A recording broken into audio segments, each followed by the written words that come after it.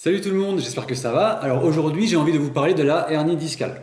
Pourquoi? Parce que j'entends beaucoup de contre-vérités qui me saoulent un petit peu sur le sujet, que ce soit sur la hernie discale en elle-même ou sur ce que les ostéos peuvent faire ou ne pas faire, et la plupart du temps en fait par des gens qui ne sont pas spécialistes de l'ostéopathie. Mais aussi et surtout parce que vous arrivez complètement déprimé à mon cabinet quand vous apprenez que vous avez une hernie discale, comme si la vie s'arrêtait. Mais ça, c'est vraiment pas de votre faute, c'est vraiment ce qu'on vous a mis dans le crâne, et vous allez voir qu'en fait c'est complètement faux, que quand on a une hernie discale, en fait la vie continue et ne change quasiment pas, voire pas du tout en fait. Mais juste avant qu'on aborde un petit peu le sujet, je vais me présenter, je m'appelle Cédric, je dirige Corporels et nous sommes spécialistes en fait dans la gestion des douleurs en entreprise, notamment pour les grands groupes, et c'est par ce biais-là en fait qu'on s'occupe de la qualité de vie au travail, en télétravail d'ailleurs ou au bureau, et que je vous donne un petit peu des conseils, des astuces, des exercices pour justement un petit peu lutter contre ces mauvaises positions prolongées, ces douleurs qui peuvent s'inviter un petit peu dans votre vie de tous les jours.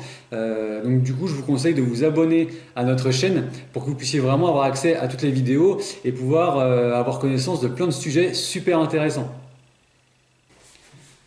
Alors déjà, qu'est-ce que c'est qu'une hernie discale? En fait, c'est tout simple, vous allez voir. En fait, entre chaque vertèbre se trouve un petit coussinet qu'on appelle des disques intervertébraux et qui sont hyper importants en fait car ils permettent le mouvement et l'amortissement des chocs que peut subir votre colonne.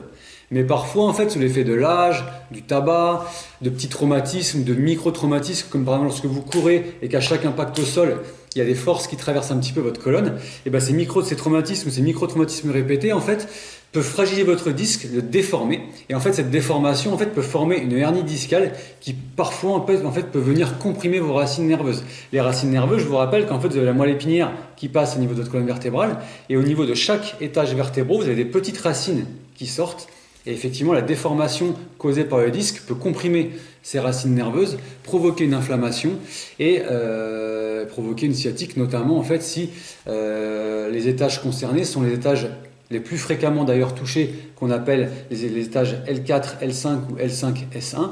En fait, c'est une zone à ce niveau-là qui n'est pas forcément super stable, qui subit beaucoup de contraintes.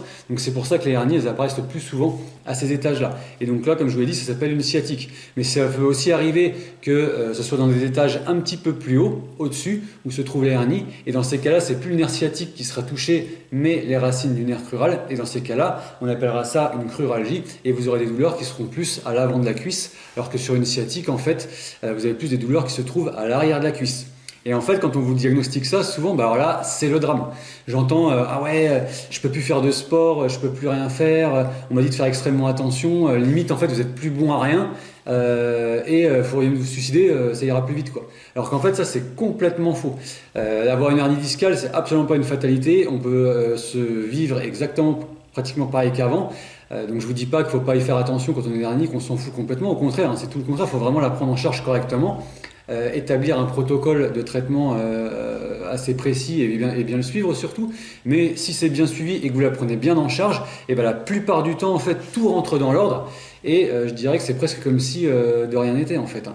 D'ailleurs à ce sujet-là, il y a vraiment des cas un petit peu extrêmes où on peut envisager l'opération, mais il faut savoir qu'une hernie discale opérée, c'est quand même assez rare. D'ailleurs, il y a deux cas de figure principaux où on peut opérer.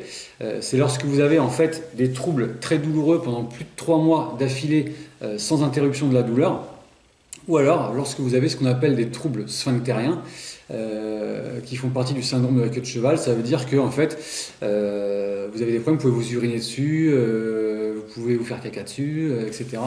Vous pouvez avoir même ce qu'on appelle des grosses pertes de force, c'est-à-dire que vous marchez, en fait tout d'un coup votre jambe elle se dérobe sous votre poids et vous tombez, mais vous tombez vraiment. Donc ça effectivement ça fait partie des urgences chirurgicales, mais en général quand vous avez ce genre de symptômes on n'attend pas vraiment pour consulter quoi.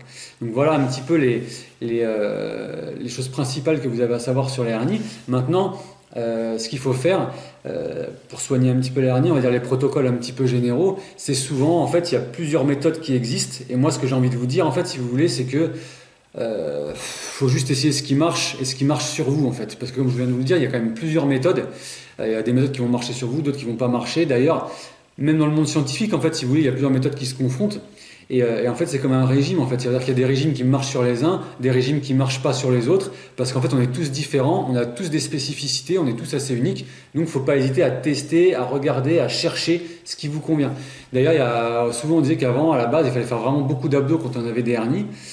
Donc, du coup, on faisait faire plein d'abdos aux gens. Peu de temps après, on s'est rendu compte que non, finalement, il fallait pas faire d'abdos. Pourquoi? Parce qu'en fait, quand vous faites des abdos, notamment des crunchs, vous enroulez en fait vos épaules vers l'avant. Et en fait, si vous voulez, quand on enroule ses épaules vers l'avant, si on prend deux vertèbres, qu'on va dire que mes deux points sont les deux vertèbres, lorsque en fait vous penchez vers l'avant, la colonne donc se plie vers l'avant et vous voyez qu'à l'arrière, en fait, le trou entre guillemets s'agrandit. C'est-à-dire que ça va pousser en fait le disque vers l'arrière, donc éventuellement la hernie vers l'arrière, et ça va augmenter la compression qu'il peut y avoir sur le nerf.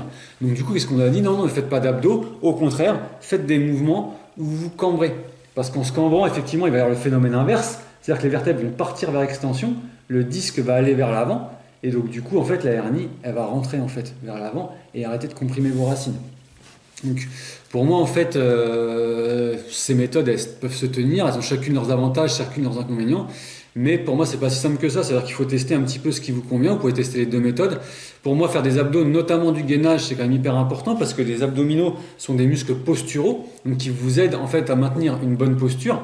De même que le gainage au niveau de vos muscles lombaires peut être hyper intéressant parce que là aussi, c'est des muscles posturaux. Donc, en renforçant les muscles posturaux que sont les abdos et en fait les muscles paravertébraux, vous allez améliorer votre posture et vous allez soulager votre colonne. Donc automatiquement, il y aura moins de contraintes sur les disques.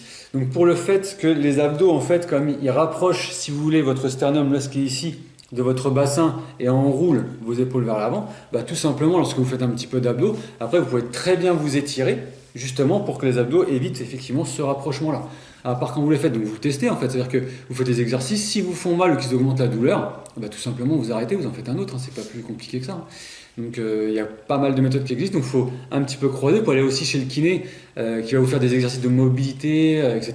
Le médecin pourra vous prescrire des anti-inflammatoires, des examens complémentaires s'il le juge nécessaire pour voir où se trouve la hernie et si effectivement elle est compressive ou pas. Mais en général, lorsqu'elle est compressive, il y a quand même un trajet au niveau de la douleur. Et encore une fois, vous pouvez aller chez l'ostéopathe, ça j'insiste, parce qu'il y a plein de personnes qui disent qu'il ne faut pas aller chez l'ostéopathe lorsqu'on a une hernie discale. Je vois absolument pas pourquoi.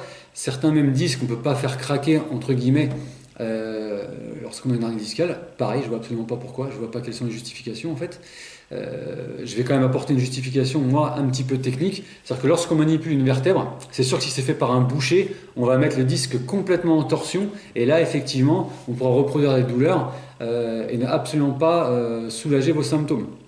Mais je vous rappelle qu'une manipulation en fait, vertébrale, c'est l'articulation qu'on manipule. Donc normalement, lorsqu'elle est faite avec ce qu'on appelle les techniques en minimum levier, on rapproche en fait les structures les unes des autres. Donc on libère un petit peu, si vous voulez, et on protège toutes les petites structures autour de la vertèbre qui peuvent être mises en tension.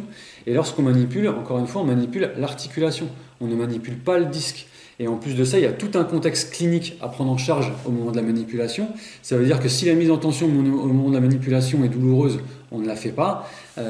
Et on évalue aussi le terrain du patient. Donc c'est tout un ensemble de choses qu'il faut prendre en compte. Il y a des gens qui manipulent sur des hernies, comme moi par exemple, et je vous assure que j'ai des super bons résultats, mais il n'y a pas que moi, il y a plein d'autres ostéopathes qui le font et qui ont des très bons résultats. Il y a d'autres ostéopathes qui ne le sentent pas ou qui ne préfèrent pas le faire, et il existe aussi plein de techniques complémentaires. En fait, le but du jeu, c'est vraiment d'aider votre corps à en fait s'adapter autour de votre hernie et à faire disparaître les symptômes et à vous soulager tout simplement. Donc voilà, je pense qu'on a fait à peu près le tour de ce que je voulais vous dire sur la hernie. N'hésitez pas à commenter le sujet, à liker, à partager la vidéo, à vous abonner à ma chaîne et surtout, si vous avez des problèmes, que ce soit en télétravail, au bureau, de posture, de douleur que vous n'arrivez pas à faire partir malgré les conseils ou malgré les consultations que vous avez pu avoir sur des cabinets à l'extérieur, n'hésitez pas à consulter notre méthode Integrative Mobility qui prend en compte vraiment toutes les structures qui peuvent en fait être des facteurs favorisants à ces douleurs, et notamment justement, j'ai oublié de vous en parler, le modèle biopsychosocial. Ça, c'est une autre avancée par rapport à la prise en charge des hernies, c'est qu'en fait on s'est aperçu qu'il y a des gens qui avaient des hernies discales et qui n'avaient absolument pas de douleur, et des gens qui n'avaient même pas de hernie discale et qui avaient des grosses douleurs dans le dos. Et en fait, on s'est rendu compte au fur et à mesure d'études que c'est les gens qui n'avaient pas de douleur, c'est des gens qui étaient bien dans leur vie. Alors je vous donne des exemples, bon travail, bonne relation avec leur famille, bonne relation avec les collègues, etc. Donc qui étaient dans un mood un peu positif, alors que les gens qui pouvaient avoir des problèmes, que ce soit en fait au travail, avec leur famille, avec leurs amis, etc., qui est dans un contexte social pas très épanouissant, et ben les douleurs ressortaient beaucoup plus.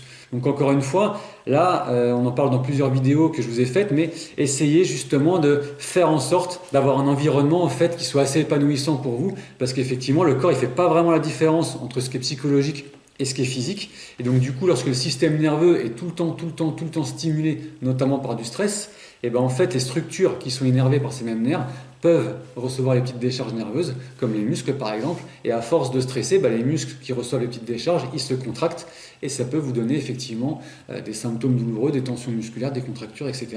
Et c'est exactement le même principe pour la hernie discale, c'est-à-dire qu'à force de se faire stimuler, en fait, les structures discales et autour du disque peuvent s'inflammer plus facilement et provoquer la douleur. Voilà, donc cette fois vous savez vraiment tout. N'hésitez pas encore une fois à commenter, que je puisse avoir vos avis, vos expériences, etc. et à vous abonner à notre chaîne. Et surtout en attendant, prenez soin de vous.